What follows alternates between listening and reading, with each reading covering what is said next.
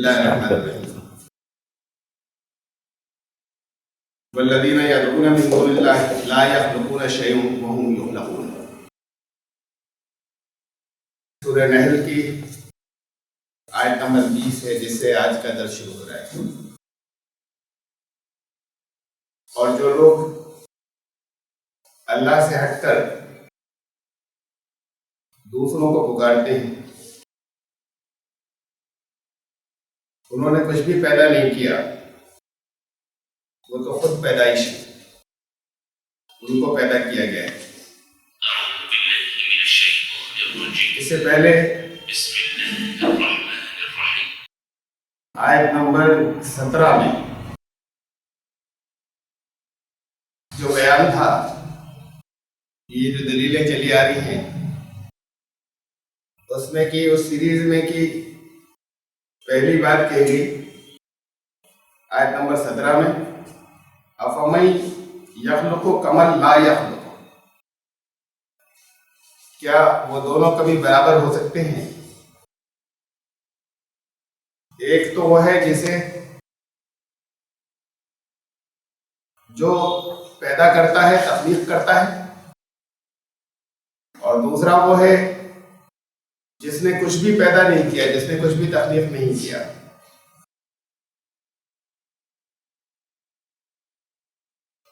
چھوٹی دلیلیں نہیں ہیں، سننے میں روز روز سنتے ہیں یا بولتے ہیں تو محسوس ہوتا ہو معمولی بات ہے.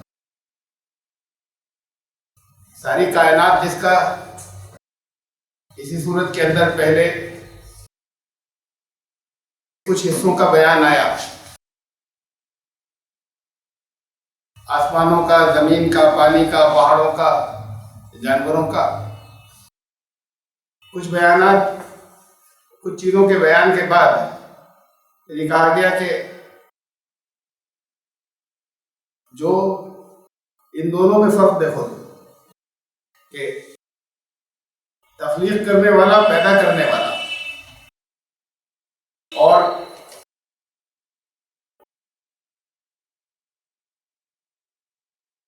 وہ جس نے کچھ بھی پیدا نہیں کیا، دونوں کو تم برابر کیسے کر سکتے ہو؟ یہ آیت نمبر 17 تھی.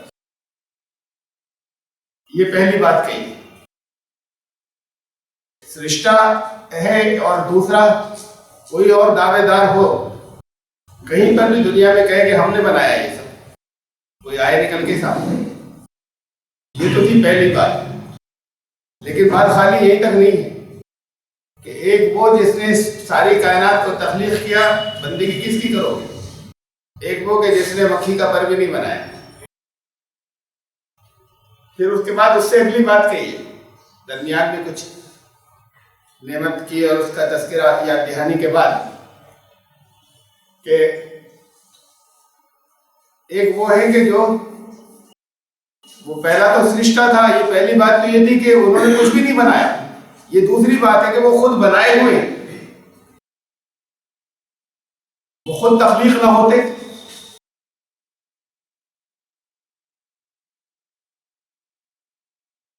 وہ خالق نہیں ہوئی. یہ تو پہلی بات تھی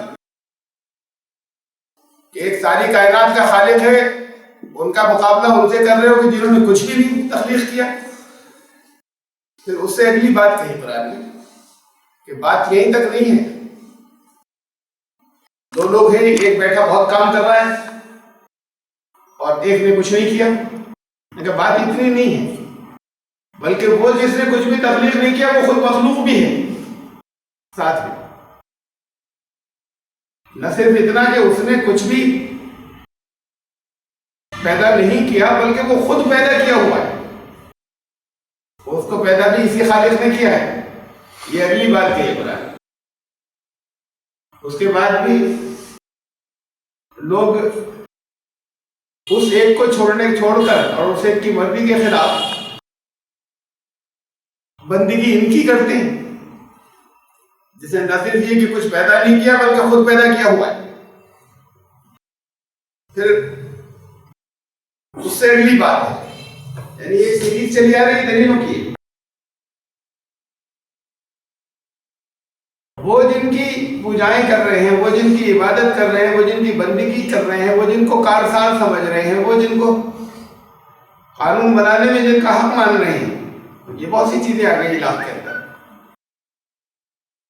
وہ خالی اتنا ہی نہیں کہ کسی چیز کے خالق نہیں ہیں، صرف اتنا ہی نہیں کہ وہ تو خود مخلوق ہیں، بلکہ زندہ تو ہوتے مردہ ہیں۔ یہ اس سے اگلی بات ہے، مردوں کو بنا رہے ہو کارساز اپنا، مخلوق ہیں، کچھ بھی انہوں نے تخلیق نہیں کیا، مخلوق ہیں اور وہ بھی زندہ نہیں، اموات غیر احیاء ہے کہ وہ مردہ ہیں، زندہ نہیں ہیں۔ یہاں دنیا میں لوگوں کو، جن لوگوں کو چاہے وہ اصلی ہو چاہے فردی کی تو بات میں بات کو کہتا ہوں، اصلی کی کہیں پہلے، جنہیں بھی اللہ کا شریک بنایا گیا، بندگی میں شریک کیا گیا، ان کو ان کی زندگی کے بعد کیا گیا، ان کے گزرنے کے بعد کیا گیا۔ یہ آپ مردیوں کا ذکر نہیں ہو رہا کہ مردہ ہیں وہ زندہ نہیں ہے۔ یہ اس سے آگے اسی آیت کے اگلے فقرے سے معلوم ہو رہا ہے کہ یہاں پر یہ بے جان معبودوں کا ذکر نہیں ہو رہا، یہ ان شخصیتوں کا ذکر ہو رہا ہے جو کبھی یہاں پر تھی اور اب نہیں ہے، موت آ چکی انہیں۔ دنیا میں جب شرک کیا اور ان کو معبود بنایا اور ان کو کارساز بنایا اور ان کو الہ بنایا، جو خدا نہیں ہے، جنہوں نے کچھ بھی تخلیق نہیں کیا، جو خود مخلوق ہے، تو ان کے گزرنے کے بعد کیا، ان کے جانے کے بعد کیا، جب انہیں موت آ چکی تھی۔ اس لیے کہ وہ خود جب دنیا میں تھے تو وہ تو خود اس کی تردید کرتے تھے، کوئی گنجائش نہیں تھی اس کی کہ اس وقت انہیں معبود بنا لیا جاتا۔ ان کے گزرنے کے بعد ہوا جب انہیں موت آ چکی۔ یہ تیسری دلیل ہے، کم از کم زندہ تو ہوتے وہ مخلوق ہیں، اور تیسری چیز یہ کہ مردہ ہیں، اس کے بعد وہ تمہارا کاروبار حیات چلائیں گے، ان کی بندے بنو گے۔ یہ مردہ لفظ موت، اسے بڑا توہین کا لفظ مانا جاتا ہے بزرگوں کے معاملے میں۔ بہت بڑی تعداد کو ہمارے یہی یقین دلایا گیا، اور بزرگوں کو، جن لوگوں میں، جن شخصیات میں بزرگی تھی، جو قابل احترام تھے، دنیا میں گزرے، ان سے محمد رسول اللہ صلی اللہ علیہ وسلم سے بڑھ کر کون سی ذات ہے؟ قرآن نے ان کے لیے کہا اِنَّكَ مَيِّتٌ وَإِنَّهُمْ مَيِّتُونَ، تمہیں موت آنی ہے، ان سب کو بھی موت آئے گی، اور باقی جتنے ہیں انہیں بھی موت آئے گی۔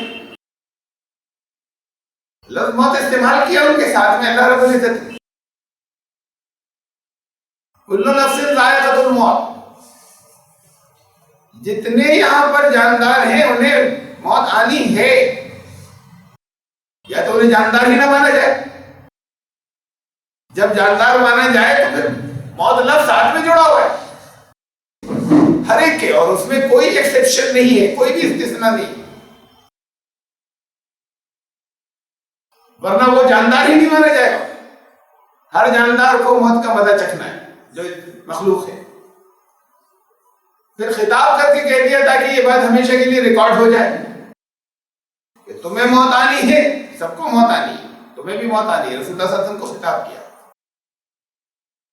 وہ خطاب پہلا جب وحی نازل ہوئی ان پر، تو پہلا خطاب بے شک تمہیں موت آنی، پہلا خطاب محمد رسول اللہ صلی اللہ علیہ وسلم سے تھا، اور اس کے بعد پھر جو کوئی بھی شاید کو پڑھے خطاب اس نے تمہیں موت آنی ہے، پہلا حضور صلی اللہ علیہ وسلم سے تھا خطاب، سب کو موت آنی۔ صرف اللہ کی ذات ہے جسے موت نہیں آنی، صرف موت کی بات نہیں ہے، قرآن نے تو فنا ہو جانے کی بات کی۔ موت تو ایک زندگی سے دوسری زندگی میں داخلہ ہے، اسے توحید کی بات سمجھتے ہیں، اسے سمجھتے ہیں کہ یہ کوئی بڑی بے عزتی کی لفظ ہو گیا کسی کے ساتھ، تو قرآن نے استعمال کیا ہے رسول اللہ صلی اللہ علیہ وسلم کے ساتھ۔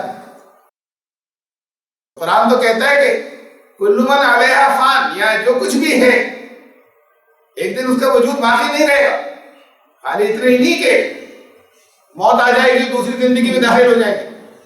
وَيَبْقَى وَجْهُ رَبِّكَ ذُو الْجَلَالِ وَالْإِكْرَامِ، صرف تمہارے رب کی ذات جو ہے وہ باقی رہے گی، رب ذو الجلال والاکرام۔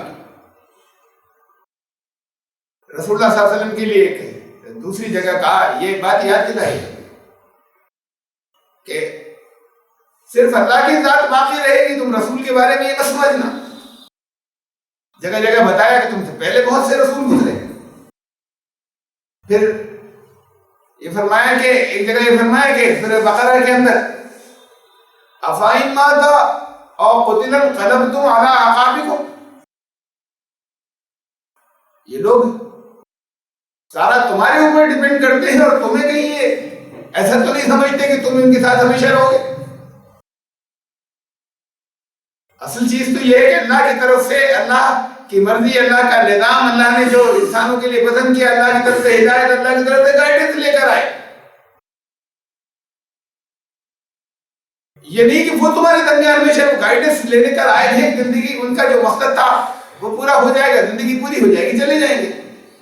کہا کہ اگر تمہیں موت آ جائے افائن ماتا اور قتل، یا تمہارا قتل ہو جائے، انقلبتم علی اعقابکم، تو کیا تم لوگ اپنی پیٹھ پر باقی لوگ، یہ لوگ ماننے والے کیا پھر پیٹھ پھیر دیں گے؟ پھر صرف سامنے سامنے ایمان والے بنے گے، چلے جائیں گے تو ایمان باقی، ان کی دی ہوئی ہدایت، جو ہدایت اللہ کی طرف سے لے کر آئے وہ باقی۔ تو یہ موت کا لفظ ان کے ساتھ میں استعمال کیا، بہت فائنلٹی کے ساتھ، اور موت کوئی توہین کی چیز نہیں ہے۔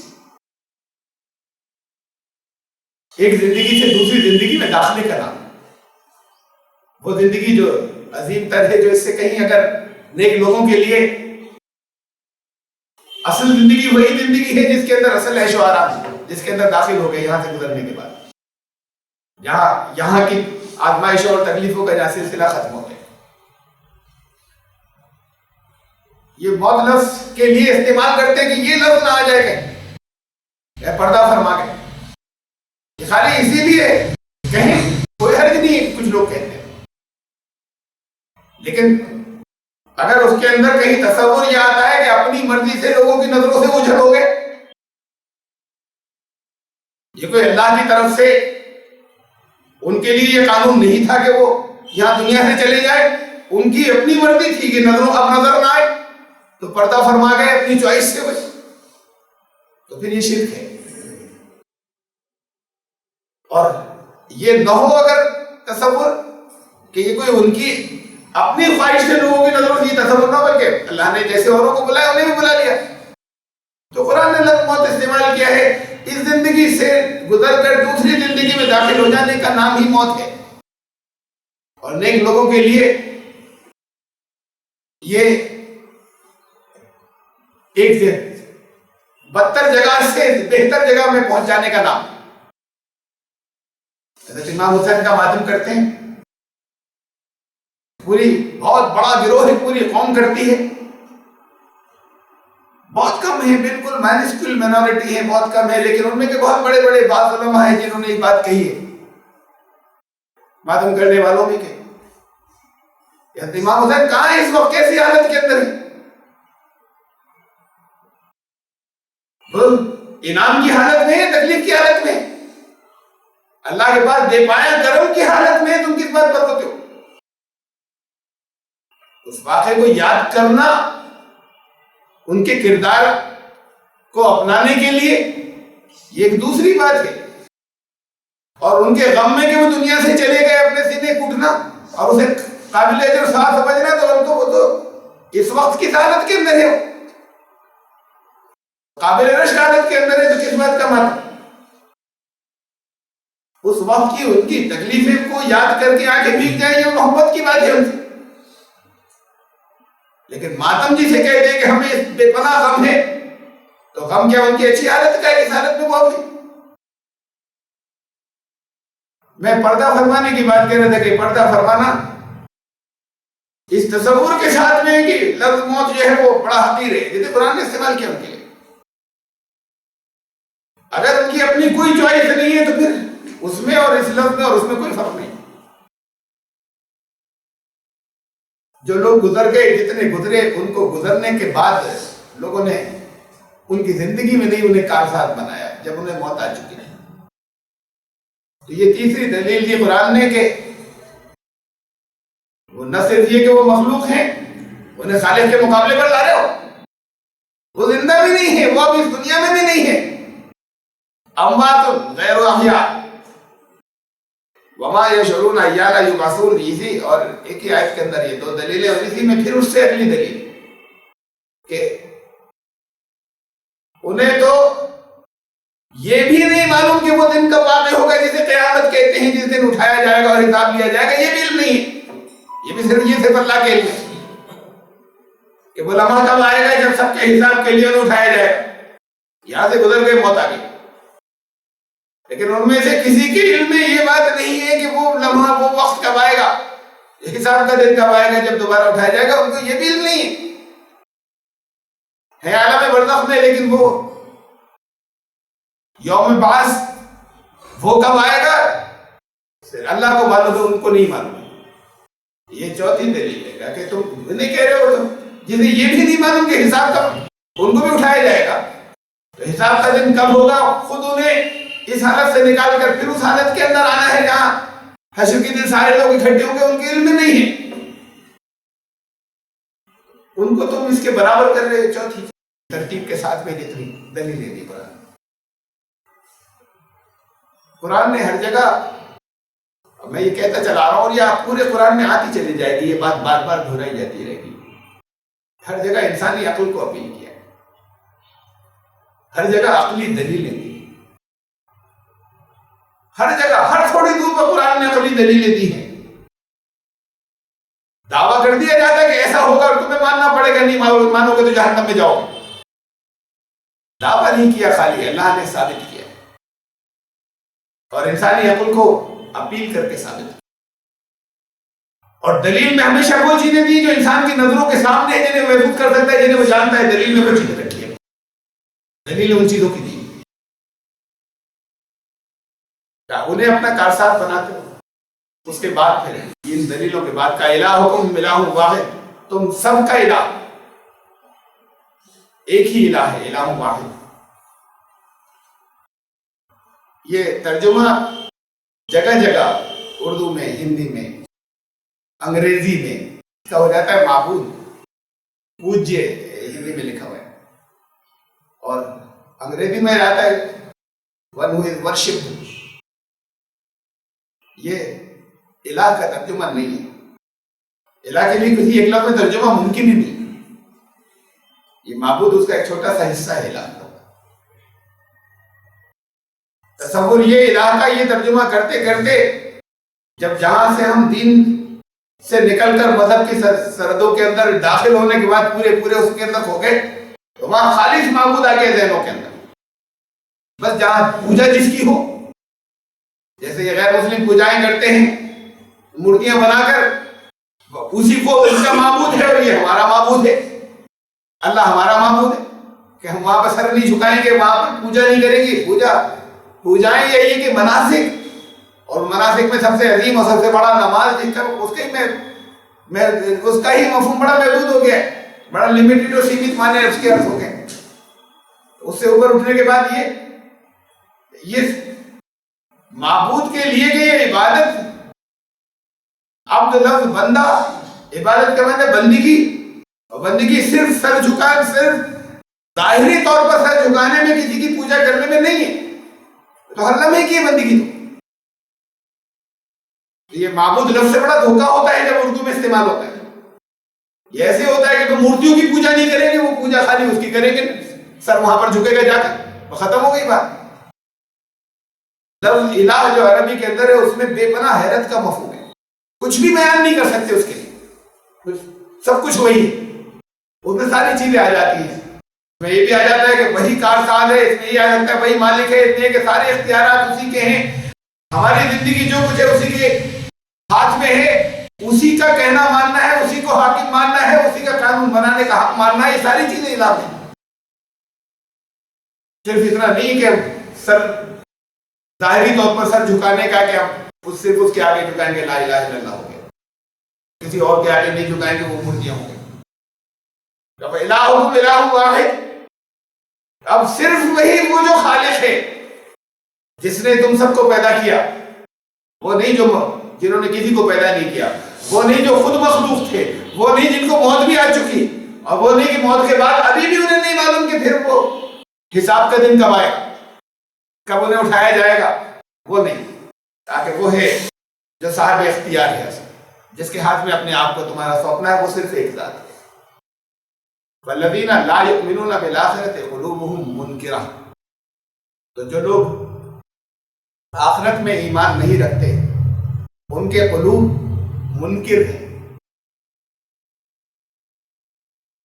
آخرت کے بارے میں لگاتار جب آئے گا پھر یاد دہانی کروں گا, یاد دہانی کراتا چلا ہے. صرف اس دنیا سے بعد کے لیے نہیں استعمال ہوا یہ لفظ. اس دنیا سے بعد کی زندگی یہاں کے مقابلے میں, دنیا کے مقابلے میں آخرت ہے, اور اس دنیا میں بعد میں آنے والا دور اس دور کے مقابلے میں آخرت کا دور. رسول اللہ صلی اللہ علیہ وسلم سے کہا وَلَلْآخِرَةُ خَيْرٌ لَكَ مِنَ الْأُولَىٰ. سب نے اس کی تشریح کی, تمہارے مکی دور سے مدنی دور زیادہ اچھا ہو تمہارے لیے. یہ اس اولا کے, یہ شروع کے دور کے مقابلے میں آخرت والا دور زیادہ بہتر ہوگا. وہاں پر لفظ آخرت اسی دنیا کے اندر سب نے مانے تھے, لفظ آخرت ہی ہے. تو یہ آخرت لفظ بعد میں آنے والا دور, جس کے اندر جو کچھ اب کر رہے ہیں اس کے انجام سامنے آئیں گے. ہماری زندگی میں اس وقت جو کچھ ہے, جو کچھ اس سے پہلے جو کچھ ہم نے کیا اس کے نتیجے کے طور پر ہے. اگر پڑھائی میں لگنا چاہا تھا, پڑھنا چاہا تھا اور نہیں پڑھ سکے اور ڈراپ کر دیا, اس وقت کے جو حالات ہیں وہ اس کے نتیجے میں ہے کہ پہلے ہم نے یہ کیا تھا. اگر کسی کام کو کیسے دل لگا کر جو کچھ کرنا تھا وہ نہیں کیا, تو اس وقت جو حالات ہیں اس کے نتیجے میں جو کچھ پہلے گزر چکا. اس وقت اگر کچھ کامیابیاں ہیں تو وہ اس کے نتیجے میں جو کچھ پہلے کیا تھا, اور آئندہ آنے والا وقت جو ہے وہ اس کے نتیجے میں ہوگا جو کچھ اب کر رہے ہیں. وہ آخرت ہے اس وقت کے مقابلے, اور اس دنیا کے مقابلے میں پھر وہ دور ہے جو دنیا کے بعد آئے گا, وہ آخرت ہے. فالذین لا یؤمنون بالآخرۃ, تو جو لوگ آخرت میں ایمان نہیں رکھتے کا مطلب جو لوگ اس بات پر ایمان نہیں رکھتے کہ ہمارے ہی اعمال جو ہیں وہ ہمارے سامنے آ جائیں گے, ہمارے نتیجے مرتب کر رہے ہیں اس دنیا میں بھی اور اس دنیا سے جانے کے بعد بھی. جو لوگ انجام کو نہیں مانتے کہ انجام بھگتنا ہوگا جو کچھ کر رہے ہیں اس کا. قلوبہم منکرہ, ان کے دل منکر ہیں. یہ منکر کا لفظ بھی سمجھ لے کیا ہے. یا تو خالی ترجمے میں تو اتنا ہی ہم کر لیں کہ وہ انکار کر رہے ہیں ان کے دل. کسی بات سے ہم اردو میں بولتے تھے منکر ہو گیا, منع کر دیا, یہ نہیں مان رہا. یہ لفظ قرآن نے ہر جگہ معروف کے مقابلے میں استعمال کیا ہے. وَأَمُرْ بِالْمَعْرُوفِ وَانْهَ عَنِ الْمُنْكَرِ, وَانْهَ عَنِ الْمُنْكَرِ, ان کو معروف کا حکم دو, منکر سے روکنا. ہر جگہ یہ معروف کے مقابلے میں استعمال ہوا ہے.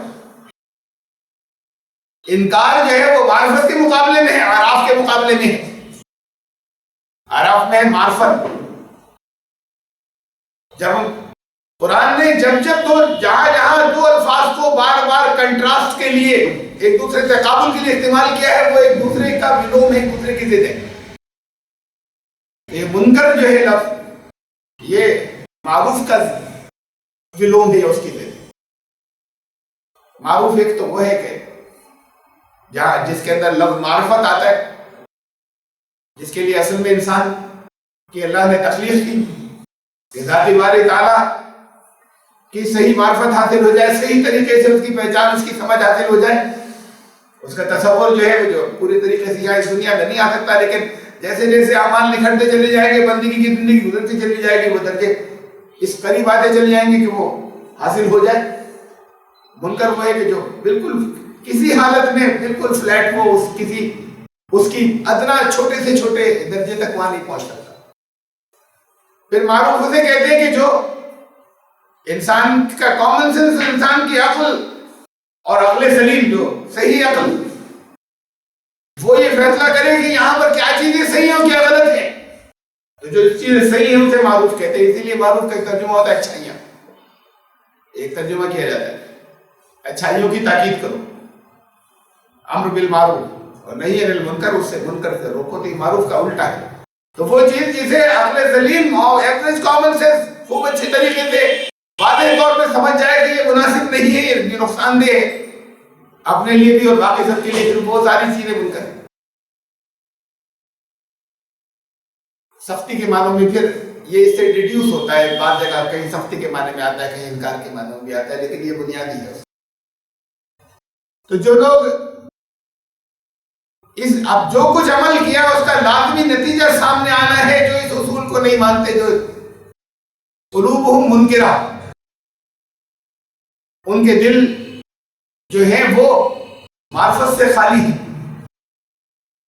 وہ حقیقت کو سمجھ ہی نہیں پائے، اس میں غائب ہو گئے. اس لیے انکار کے معنوں بھی آتا ہے کہ قلوب باطنی زبان سے انکار کرتا ہے، اندر ہی سے معرفت نکل چکے، حقیقت سے بڑی دور نکل گئے.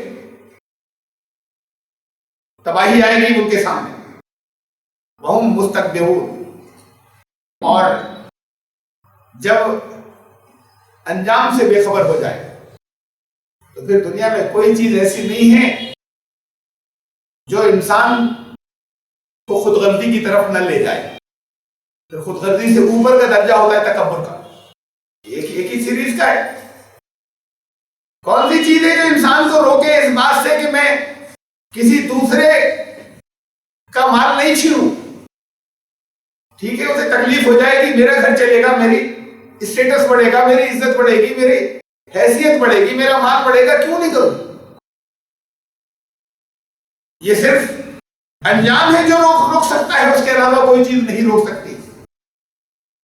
لوگوں کے الگ الگ گریڈز ہیں صرف، جو اگر انجام کو ہٹا دیا جائے اور انجام کو نہ مانتے ہوں تو ان کے صرف یہ گریڈز ہیں کہ کون چھوٹی سی رقم کے اوپر یا چھوٹی سی ملکیت پہ پھسل جائے گا کہ اسے بھی چھین لیتا ہے لوگوں سے، اور کون بڑا پارسا اور بڑا نیک اور بڑا صحیح ایماندار بنا ہوا ہے کہ نہیں، ذرا بھی لالچی نہیں ہے. تو پھر وہ ان کے لینے دینے کے پیمانے موٹے ہوتے ہیں چھیننے کے لوگوں سے، کہ وہ چھوٹے سے حصے پر وہ 10,000 روپے کی رشوت، 1,000 روپے کی رشوت نہیں لیتے لوگوں سے، یا نہیں چھینتے، یا نہیں دھوکہ دیتے، یا لیکن پھر وہ بات کرتے ہیں لاکھوں کی اور کروڑوں کی. اس لیول پر نہیں کرتے.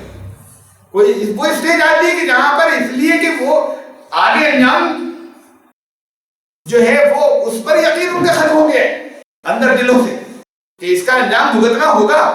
جب یہ ختم ہو گیا ہے، جب یہ ختم ہو جائے تو پھر جتنے ایماندار نظر آنے والے ہوں ان کا لیول اونچا ہوتا ہے. سامنے سے ایک لیول تک اپنے آپ کو ٹرین کر لیتے ہیں کہ یہاں پہ ایماندار نظر آئیں گے، پھر وہ ایمانداری نہیں رہتی اور بڑے لیول کے اوپر زیادہ بڑی مکاری ہوتی ہے. تو صرف یہی چیز روک سکتی ہے کہ انجام اس کا برا ہوگا. اس دنیا کے بعد آخرت آ رہی اور اس دنیا میں بھی انجام برا ہوتا ہے، ہوا ہے، لوگوں کا ہوتا رہا ہے، اور اسے نہیں دیکھتے اور اس سے نہیں سمجھتے. اب ہم اس کے بعد تو اس سے آتی ہے خود غرضی.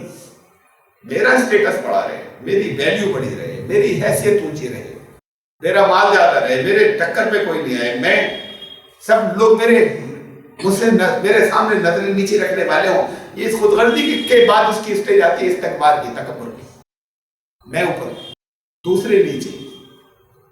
جہاں یہ ہو کہ صرف جو کچھ ہے وہ میرے لیے ہے، دوسروں سے فائدے میں گین کر لوں، دوسرے کا نقصان چاہے ہو رہا ہوا کرے. یہی سے تکبر سٹارٹ ہوتا ہے. اور تکبر سے جب تک انسان توبہ نہیں کر لے اس کی معافی نہیں.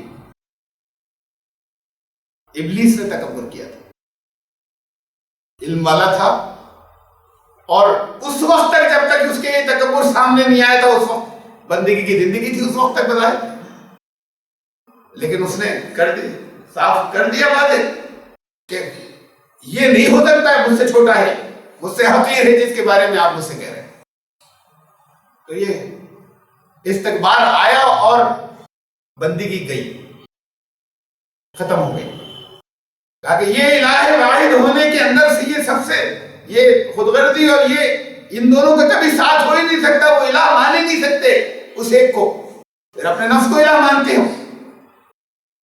اگر کسی اور کوئی اور سامنے سے اگر نہیں ہے تو وہ مستکبرون، یہ اصل میں استکبار کرنے والے، تکبر کرنے والے، یہ خود غرض ہیں، یہ دوسروں کا مال ہڑپنے والے ہیں.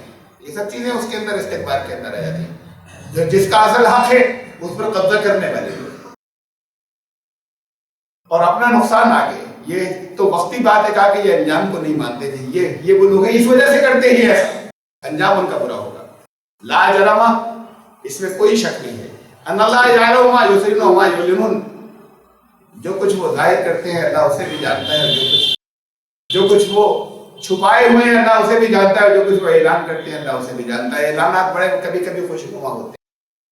پیٹی تھیفز ہوتے ہیں، کچھ پیٹی تھیفز ہوتے ہیں جو معمولی چور و چکے، چھوٹے درجے کے جرائم کرنے والے، چھوٹے درجے کے اخلاقی جرائم کرنے والے کے جگہ جگہ لوگ انہیں برا سمجھتے، کہتے ہیں ہاں ہم ہیں برے. پھر وہ جو دنیا کی نظر میں بڑے اچھے ہیں لیکن بڑے بہت موٹے جرائم ہیں. ان کے جرائم زیادہ بڑے ہوتے ہیں. جو اسی آبادی کے اندر رہنے کے بعد بڑے جرم بھی کرتے ہیں، لوگوں پہ ڈاکے ڈالتے ہیں، لیکن پھر وہ لوگوں سے کٹ جاتے ہیں، جا کے جنگل میں رہتے ہیں ڈکیت. اور یہ یہیں پر رہنے کے بعد، لوگوں کی نظر میں متقی بننے کے بعد، لوگوں کی نظر میں پارسا بننے کے بعد، لوگوں کی نظر میں اچھا عمل کرنے کے بعد، اللہ جانتا ہے کہ ان کے دلوں میں کیا ہے، ان کے پلان کیا ہے. کہا جو اعلان یہ کرتے ہیں کہ ہم سے تو صرف بھلائیاں ہی آئیں گی، اور کیسے وہ لوگوں کو ہڑپنے کے چکر میں ہے یہ اللہ یہ بھی جانتا ہے. ایسا نہیں کہ اس کا انجام نہیں آئے گا. جب آخرت کی بات کی، انجام کی بات کی کہ یہاں پر چھپا لیں لیکن انجام اس کا بھی سامنے آنا ہے، اس لیے کہ اللہ کو معلوم ہے کہ یہ اندر کیا ہے، اندر کس چیز کی پلاننگ ہے. باہر سے جو کچھ بھی ظاہر کر رہے ہیں اس کے مقابلے میں جب اللہ کو معلوم ہے تو انجام اس کا بھی سامنے آنا ہے. انہ لا یحب المستکبرین، اس لیے کہ اللہ کو تکبر کرنے والے پسند نہیں. یہ پہلی تربیت تھی جو دی گئی تھی یہاں پر دنیا میں بھیجنے سے پہلے. ٹریننگ ہوئی، اور ٹریننگ کا یہ سب سے پہلا حصہ تھا. اس کے بعد پھر اگلی ٹریننگ وہاں ہوئی جب آدم حوا سے کہا کہ وہاں جاؤ تم ابھی کچھ دنوں ابھی یہیں پر رہو، اس کے بعد بھیجیں گے تمہیں اصل ڈیوٹی ہے ذمہ داری پہ جاؤ تم جنت میں رہو.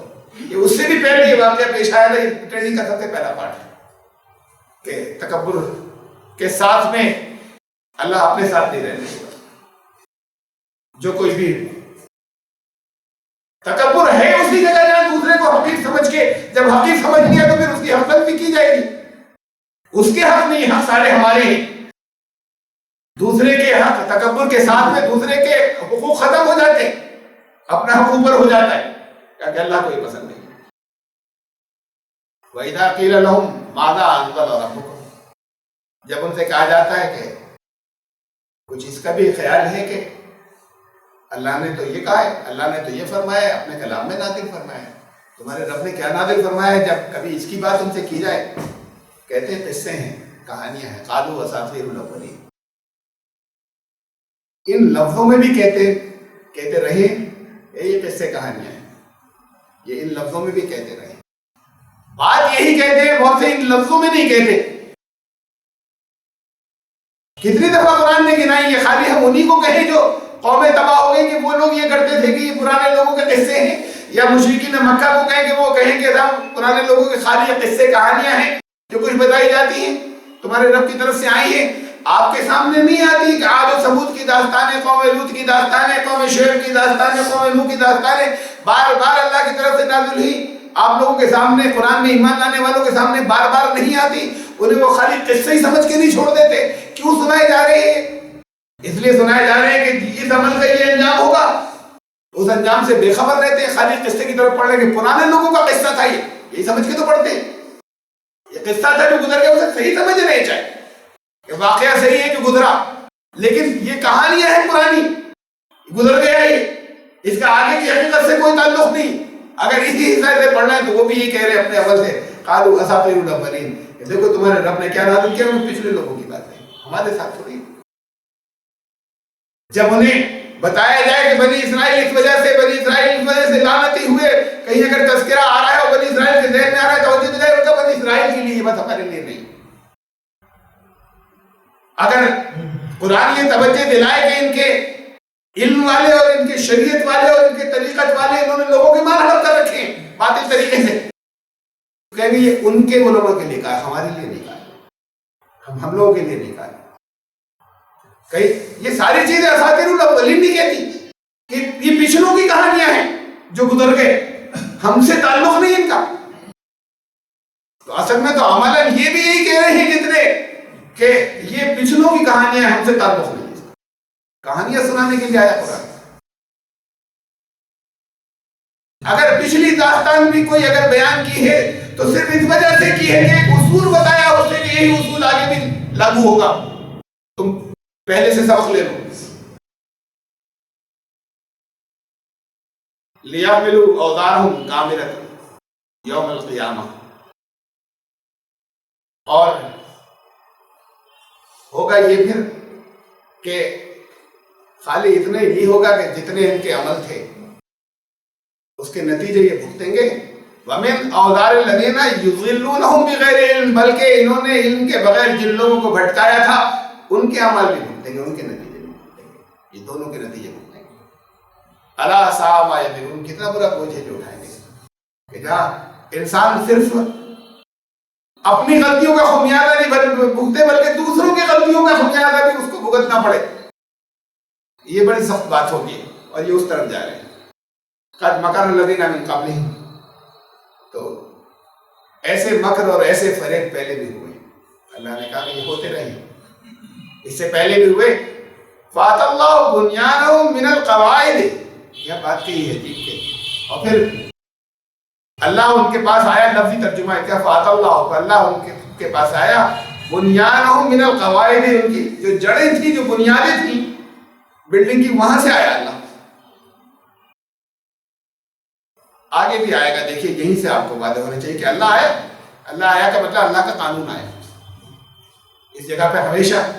پھر یہ بریکٹ آپ کو لگانا ہوگا، اس لیے اب یہ بریکٹ آگے بھی جو بات ہے کہ اس میں بھی آپ کو لگانا ہوگا، وہاں سے ہٹا دیتے ہیں آپ۔ بہرحال اللہ کا قانون جو ہے وہ بنیادوں پر آیا۔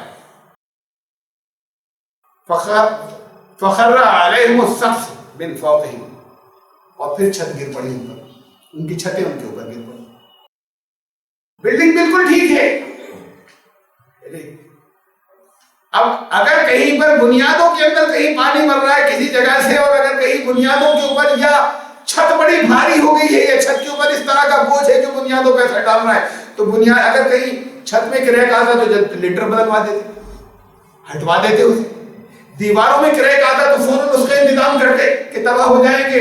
بنیادیں اگر ہل رہی تو پتہ نہیں چلتا، چھت کے بوجھ کی وجہ سے چاہے بنیادیں ہل رہی ہو چاہے کسی اور وجہ سے سیپیج ہو رہی ہو، جا کے بنیادیں جا رہی ہیں، بلڈنگ بڑی شاندار کھڑی ہوئی ہے، ایک دن جب یہ بنیادیں ہل جائیں گی تو پھر چھت بیٹھ جائے گی نیچے، پوری بلڈنگ نیچے آ جائے گی، اس کا پتہ نہیں چلتا، وہ نظروں سے اٹھ جائے گا۔ کہا کہ پھر یہ ایسے جڑ سے اکھاڑا جاتا ہے، اللہ کا قانون ایسے جڑ سے اکھاڑتا ہے کہ وہ بے خبر ہوتے ہیں اور چھت گر پڑتی ان کے اوپر سے اس وجہ سے کہ ان کی بنیادیں تک اکھاڑ دی گئی، بنیادیں ہلا دی گئی اور پھر چھت آ گئی اوپر سے۔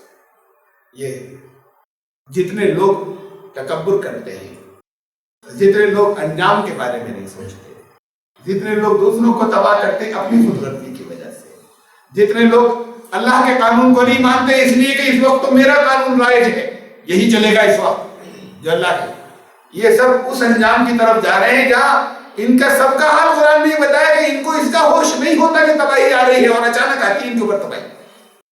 وہ تباہی کا ایسا نہیں ہوتا کہ ہلکے ہلکے کرنے کے بعد ادھر سے پانی آ رہا ہے، تیز سیلاب آ رہا ہے، جلدی سے بھاگو، کچھ اس کے اندر پڑ گئے، کچھ نکل گئے۔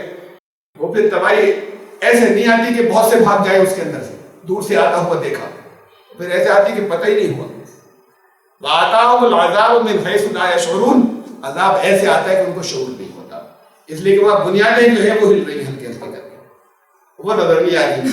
چھت میں کچھ ہوتا اور دیواروں میں کچھ ہوتا تو نظر آ جاتا، اور بنیادیں ہلنے کا مطلب وہ دیواریں اور چھت ساری کی ساری بیٹھنے والی، اور بیٹھے گی اچانک جب ان کو اس کا شعور بھی نہیں ہوگا۔ تو یہ جو جن کا رویہ یہ ہے وہ اپنے اللہ کا قانون ان کی بنیادیں ہلا رہا ہے اور ان کو پتہ نہیں، اور ایک دن ان کے اوپر تباہی آنی ہے۔ یہ تباہی یہاں دنیا میں بھی قوموں کے اوپر آتی رہی ہے، یہ تباہی یہاں دنیا میں افراد اور لوگوں کے اوپر انڈیویجول لائف کے اندر آتی رہی ہے، اور اس دنیا سے گزرنے کے بعد پھر یہ سامان اکٹھا ہو رہا ہے، تباہی جو ان کے اوپر آخرت میں بھی آئے گی، لیکن ان کو عذاب ایسے آ جائے گا کہ شعور بھی نہیں ہوگا اصل میں دنیا کا تذکرہ چل رہا ہے۔ وہ تو آخرت کا عذاب تو باقاعدہ حساب کے بعد ہو، تو یوم القیامت یخزیہم، اور اس کے بعد پھر قیامت کے دن یہاں دنیا کے اندر جب وہ تباہ ہو جائیں گے تو قیامت کے دن یخزیہم، تو پھر ان کو رسوائی ان کے لیے ہوگی، اللہ انہیں رسوا کرے گا۔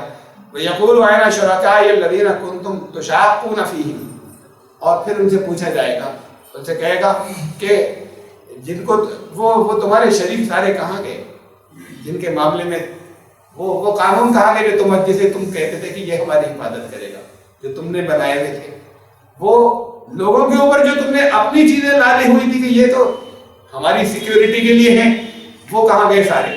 وہ جو تم نے دین کے نام پہ بھی جھوٹی باتیں پھیلا دی تھی، لوگوں میں قانون جو بنا دیے تھے جس کی وجہ سے تمہارے اپنے حلوے مانڈے تھے تمہاری، وہ چیزیں کہاں گئی ہیں؟ اس دن پھر سب کے سامنے رسوائی ہوگی۔ اب کہا کہ یہ ان کے ذریعے دوسروں کے اوپر ظلم کیا کرتے تھے یا زیادتی کرتے تھے، اب کہاں ہیں؟ قال الذین اوتوا العلم، اور جن لوگوں کے پاس جن کو واقعی اللہ نے علم دیا تھا، جتنے ایسے لوگ تھے، وہ یہ کہیں گے ان الخزي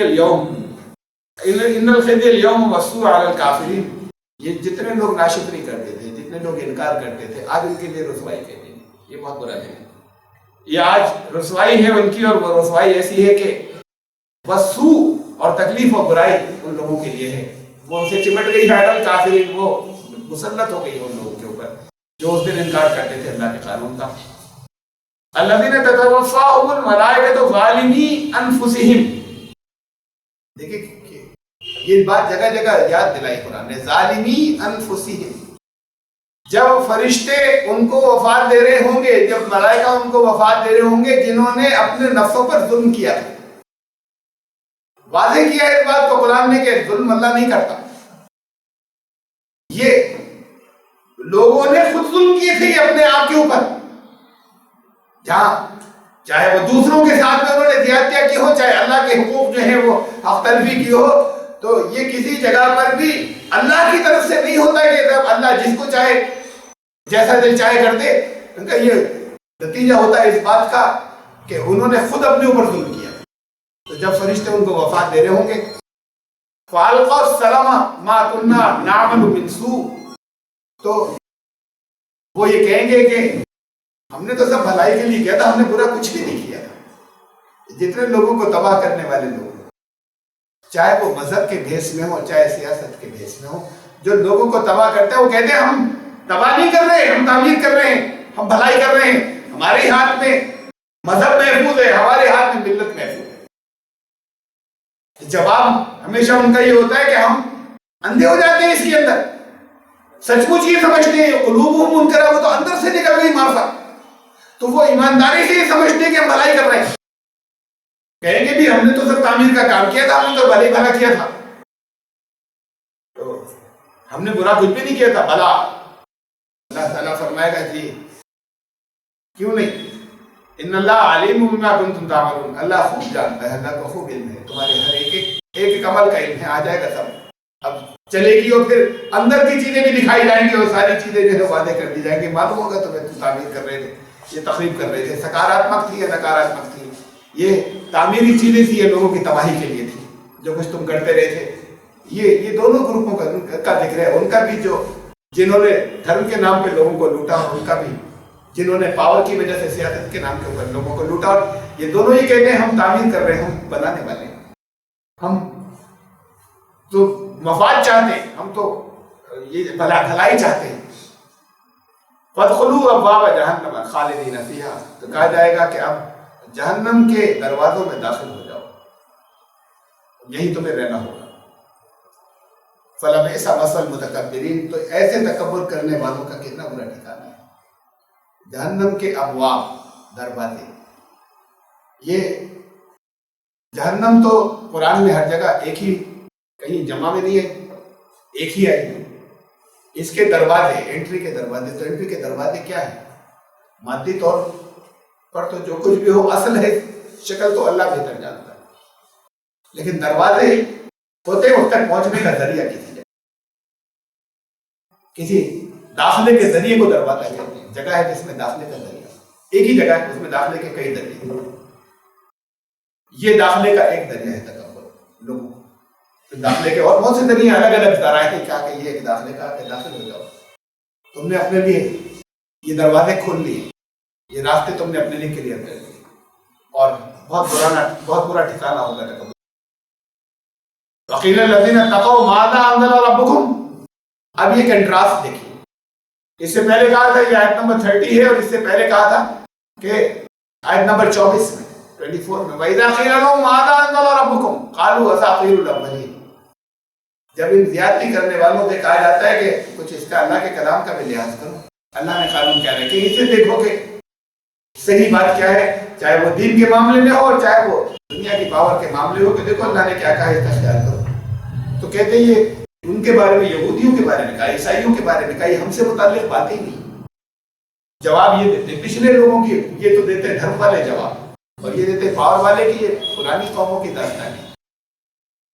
اور پھر اس کنٹراسٹ میں جب وہ ان کا تذکرہ گزر چکا، اب آیت نمبر 30، اب اس میں کہا جا رہا ہے اس کے جو اللہ کے قانون کو ماننے والے، کہ جب یہ کنٹراسٹ ہے کہ جب ان سے کہا جاتا ہے، جب ان سے کہا جاتا ہے ماذا انزل ربکم، تمہارے رب نے کیا نازل فرمایا ہے، اگر ان سے سوال کیا جائے قالوا خیرا، کہیں گے ہر بات وہ جو صرف بھلائی کی ہے اور کچھ نہیں، ہمارے رب نے جو کچھ نازل کیا ہے وہ نہ پچھلے لوگوں کی ہے، یہ ہر چیز جو ہے وہ خالص ہماری بھلائی کے لیے ہے، کوئی ایک لفظ بھی ایسا نہیں ہے کہ جو جس کا ہماری بھلائی سے تعلق نہ ہو، ایک حرف بھی ایسا نہیں کہ جو دوسروں سے متعلق ہو، ہماری بھلائی سے متعلق نہ ہو، اس کا ایک حرف بھی ایسا نہیں ہے، یہ صرف ٹوٹل 100% خیر ہی خیر ہے، بھلائی بھلائی ہے ہمارے لیے، ایک ایک لفظ کی اور ایک ایک حرف کی اس کی ہمیں ضرورت ہے، ہماری بھلائی کے لیے تھا، کوئی جواب دے۔ للذین احسنوا فی ہذہ الدنیا حسنہ، تو جن لوگوں نے تو یہ جواب دیں گے خیرا للذین احسنوا فی ہذہ الدنیا حسنہ، ان کا کہ اس دنیا کے اندر حسنہ لفظ اچھائی کے لیے آتا ہے، ویسے عام طور سے ترجمہ ایسے ہی ہوتا ہے، میں اس سے پہلے بتا چکا ہوں، اس کا جو مادہ ہے وہ حسن ہے، بڑی ہے سین نون، حسن خوبصورتی، بیوٹی، اور بیوٹی ہوتی ہے پروپورشن میں، توازن میں، اگر توازن یا پروپورشن بگڑ جائے تو حسن ختم ہو جاتا ہے، کسی خاکے کے اندر رنگ بھرے اگر چھٹا رہ جائے جگہ جگہ سے تو خوبصورتی نہیں ہوتی، اور اگر رنگ بھرے باہر نکل جائے تب بھی خوبصورتی نہیں ہوتی، یہ توازن اور بیلنس بگڑتا ہے تو حسن ختم ہو جاتا ہے۔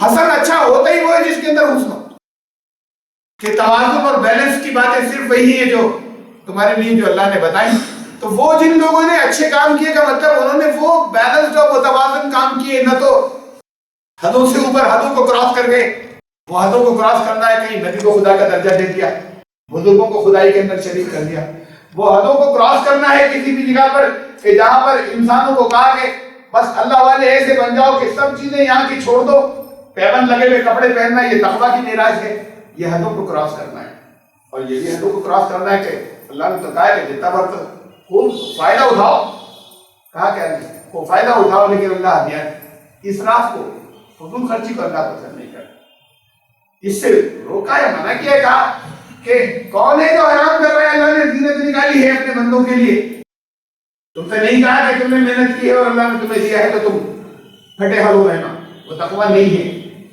یہ غلط تصور، یہ سب حسن بگڑا ہے، یہ توازن بگڑا ہے، بلکہ ساتھ میں یہ کہا قل ہی للذین آمنوا فی الدنیا، یہ پہلے نمبر پہ تو اصل میں ان کا حق تھا جو ایمان لانے والے ہیں، اس زینت کو اختیار کرنا، یہ پہلے نمبر پہ ان کا حق تھا ایمان والوں کا، ہاں یا ان کے لیے بھی چونکہ انہوں نے کوشش کی تو ان کے لیے بھی، لیکن آخرت میں صرف انہیں کو ملے گا، یہاں دنیا میں تو ان کے لیے بھی تھا، یہ بات اس سے الگ ہٹ کر تقویٰ اسے بناتے ہیں کہ جو پھٹے ہم ہوں گے، اس سے الگ ہٹ کر یہ اسراف ہے، کہیں عزت اور بزرگی جو ہے جو واقعی عزت کے لائق ہیں وہ جگہ تک لے جاتے ہیں کہ جو اللہ کا مقام ہے، یہ سارے راستے جو ہیں یہ حسن کو بگاڑنے والے تو حسن نہیں لیکن اچھے نہیں، حسن وہی جس پہ توازن اور حسن ہے کہ جس چیز کا جو مقام ہے وہی پر ہے، اس سے نہ گراؤ نہ اس سے اٹھاؤ، اس سے ہٹنے کا نام قرآن میں ضرورت ہے۔ تو جنہوں نے اس دنیا میں للذین آخرون فی ہذہ دنیا حسنہ، اس دنیا کے اندر متوازن صحیح بیلنس کے ساتھ میں، صحیح توازن کے ساتھ میں اللہ کے بنائے ہوئے قانون کے ساتھ زندگی گزاری، ولدار الآخرۃ خیر، کا خیر ہی خیر ہے۔ جب ان سے پوچھا جاتا ہے کہ یار دنیا کے اندر جو کچھ ہم نے کیا، اس دنیا کے اندر بھی ہمیں بھلائی کی۔ یہ جو لوگ صحیح معرفت نہیں رکھتے وہ دنیا کے اندر جگہ جگہ شکایتیں کرتے ہیں، ہوتے ہیں، یہ زبان سے بھی کہہ دیتے کیا وہاں سب اچھا ہے ٹھیک ہے، وہ دل میں بڑی بڑی شکایتیں ہوتی ہیں، زبان سے کہہ دیتے خالی۔ یہ دل میں شکایتوں کا ہونا بھی جو ہے یہ اس کی کمی کی بات ہے، شکریہ کی کمی کی بات ہے، معرفت کی کمی۔ اور اصل میں تو اگر آپ نے کسی کو کہا کہ صاحب آج کل بڑی تکلیف، بہت پریشانی، یہ لفظ نہیں بولا، انداز ایسا تھا کہ ہاں بس ٹھیک ہے اچھا ہی نہیں، جملے کے اندر بھی شکایتیں جاتی کیا کرتے ہیں، یہ لوگوں سے اللہ کی شکایت ہے۔ اور اصل میں جو کچھ کیا ہے اس کا نتیجہ ہوتا ہے، پیچھے جو کچھ خود کیا ہے اصل میں اس کے نتیجے میں ہوتا ہے، اپنے غلط فیصلے، اپنے اس کی وجہ سے وہ شکایت کر رہے ہیں اللہ کی، بندوں سے اللہ کی شکایت ہوتی ہے۔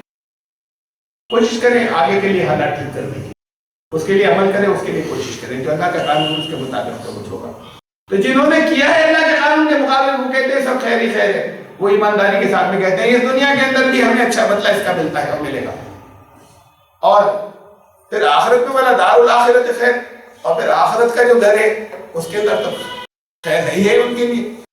یہ وہ ہے جب ان سے پوچھا جاتا ہے تمہارے رب نے کیا، انہوں نے کہا ہر چیز خیر ہمارے لیے آئی، وَلَنِعْمَ دَارُ الْمُتَّقِينَ، ان کا ٹھکانہ بہت برا ٹھکانہ تھا، اور ان کا ٹھکانہ تقوی اختیار کرنے والوں کا بڑا اچھا ہے، جو اللہ کی ہر طرح کی نافرمانی سے بچنے والے ہیں۔ جنات عدن یدخلونها تجری من تحتها الانہار، ان کے لیے باغات ہوں گے جس کے اندر وہ داخل ہوں گے، جن کے تحت نہریں بہتی ہوں گی، لہم فیہا ما یشاؤون، جو کچھ بھی، بہت بس ایک جملے میں بہت کچھ ہو، ایک 3 لفظوں میں بہت کچھ ہو گیا، کیا گنائے کیا کیا چیزیں تم کیا تصور، جو چاہو گے وہ ہو جائے، جو چاہیں گے ہو جائے گا ان کے لیے، جو کچھ بھی وہ چاہیں گے۔ کذالک یجزی اللہ المتقین، یہ جو اللہ کے نام سے بچنے والوں کے لیے یہ ہے جزا، اللہ ان کو ایسی جزا دے گا، اس کا بدلہ دے گا جو کچھ انہوں نے کیا، کذالک ایسے۔ اور دیکھیے بڑی اہم بات ہے، جو کچھ انہوں نے کیا تھا اللہ کا فضل تو اپنی جگہ اس کی ضرورت ہے، لیکن اسے نگیٹ کر دیا جائے کہ نہ وہ جو کچھ اللہ جسے چاہتا ہے، چاہے جس گمراہ کو اس کی مرضی چاہے تو وہ انعام کی جگہ اور ڈال دے، اور چاہے جس اچھی اور زندگی گزارنے والے کو جا کے جہنم میں جھونک دے۔ قرآن کہتا نہیں ہے ان کی جو کچھ انہوں نے کیا تھا اس کا بدلہ ہوگا ہی جو انہیں ملنے جا رہا ہے۔